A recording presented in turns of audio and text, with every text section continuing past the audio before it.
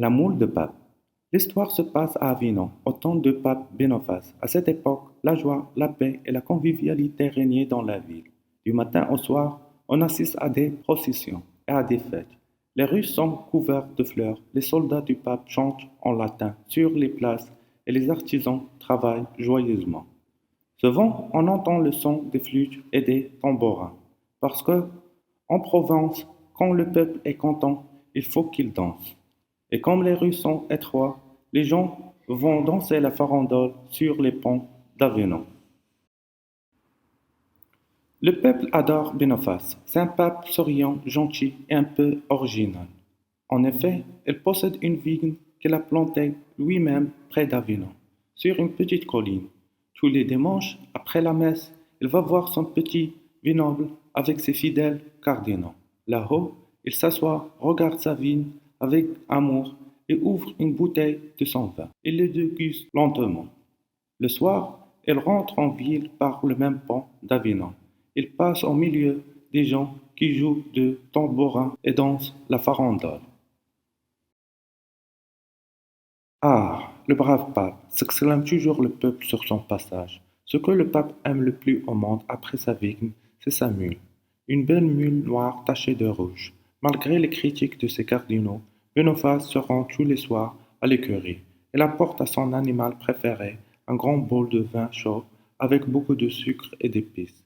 La mule adore ça. À cette époque de l'histoire, tout le monde respectait la mule de pape. En effet, cette brave bête, avec son air innocent et ses deux longues oreilles, a conduit Tess-Vidin à la richesse. Chassé de chez lui par son père à cause de sa paresse, Tess-Vidin est un jeune homme insolent et respectueux. Un jour, le pape Boniface se promenait avec sa mule près du palais. Tess-Vidin s'approchait, caressait doucement l'animal et dit: Ah, grand Saint-Père, quelle belle mule, comme ils sont douces et gentils. Le jeune homme sait très bien que le pape Boniface adore sa mule, et elle espérait ainsi gagner sa confiance. L'empereur d'Allemand n'a pas une mule aussi belle, poursuit-il. C'est un vrai trésor, une perle fine.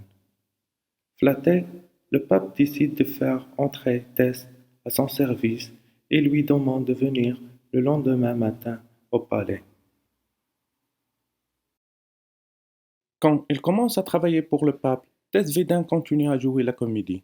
Il est méchant avec tout le monde, mais extrêmement gentil avec la mule. Tous les jours, il va à l'écurie pour donner de l'avoine à l'animal. Bien évidemment, il passe toujours devant le balcon du pape pour se faire remarquer. Un jour, le pape dit au jeune homme: Je suis vieux et fatigué maintenant. Je ne peux plus apporter à ma mule son grand bol de vin chaud au sucre et aux épices maintenant. C'est donc toi qui le feras.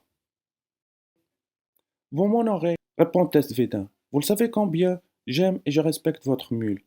Vous ne serez pas dessus.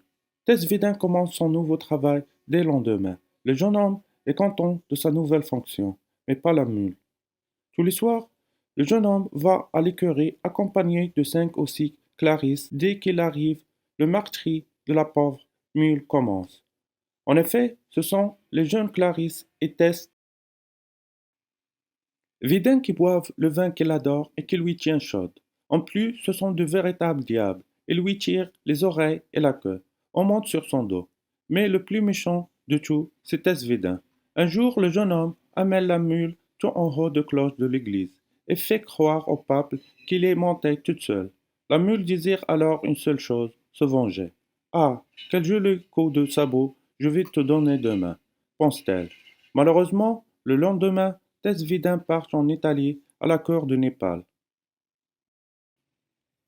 Ah, tu t'es doté de quelque chose, misérable, se dit la mule très en colère. Mais ne t'inquiète pas, je te garde ton coup de sabot pour ton retour. Après le départ de Tess Vidin, la mule retrouve sa vie tranquille d'avant, sa bonne humeur et le soir, son grand bol de vin chaud au sucre et aux épices. Elle est heureuse, mais il y a encore une chose qui la fait souffrir. En effet, depuis la triste histoire du cloche, le pape n'a plus confiance en elle. Le dimanche, lorsqu'il revient de sa vigne, il ne fait plus de petites siestes sur son dos, parce qu'il a toujours peur de se retrouver tout en haut du cloche. Les mois puis les années passent, la mule semble tranquille, mais en réalité, elle attend le retour de Tesvigin pour accomplir sa vengeance. 7 ans plus tard, le jeune homme revient enfin à Avignon. Il apprit que le premier assistant du pape est mort et il souhaite prendre sa place. Cependant, lorsqu'il entre dans la grande salle du palais, le pape ne le reconnaît pas. Grand Saint-Père, vous ne me reconnaissez pas s'exclame-t-il. C'est moi, Tesvigin, l'ancien protecteur de votre mule. Ah, oui, oui, je me rappelle, dit le pape. Qu'est-ce que je peux faire pour toi? Ah, peu de choses, grand Saint-Père. Je viens seulement vous demander la place du premier assistant qui vient de mourir. Premier assistant, toi? Réplique le pape. Mais tu es trop jeune. Quel âge as-tu? 20 ans et 2 mois, répond Tess. 5 ans plus que votre mule. À propos, comment va-t-elle? Ah, comme j'aime votre mule, comme il me manque en Italie. Est-ce que je peux la voir? Oui, tu peux la voir, répond le pape, très ému. Et puis, tu aimes cette brave bête, tu ne dois pas vivre loin d'elle. Je te nomme premier assistant. Viens demain après la messe pour prendre tes fonctions. Ensuite, nous irons voir ma vigne avec la mule et nous boirons un peu de vin.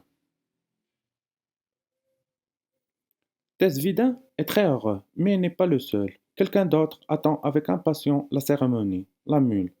Le lendemain, tous les cardinaux et les clercs sont dans le cour du palais pour assister à la cérémonie. Lorsque Tesvidin arrive, on joue de la musique et on fait sonner les cloches. Au loin, on entend le son des tambourins et les cris des gens qui dansent la farandole sur le pont. Le jeune homme entre, salue l'assemblée et s'avance vers le pape. Cependant, au bas de l'escalier, il y a la mule. Lorsque Tesvidin passe près d'elle, il s'arrête et la caresse doucement sur son dos. La position est parfaite, se dit la mule. Il prend son élan et tiens, prends ça, misérable, crie-t-elle. Voilà 7 ans que je te garde ce coup de sabot. Le choc est si violent que le jeune homme meurt sur le coup. D'habitude, les coups de sabot ne sont pas mortels, mais la mule du pape est un animal très particulier. Et puis, il attendait ce moment depuis si longtemps. Depuis ce jour, les gens font très attention lorsqu'ils parlent de la mule du pape. En effet, il est préférable de ne pas la mettre en colère.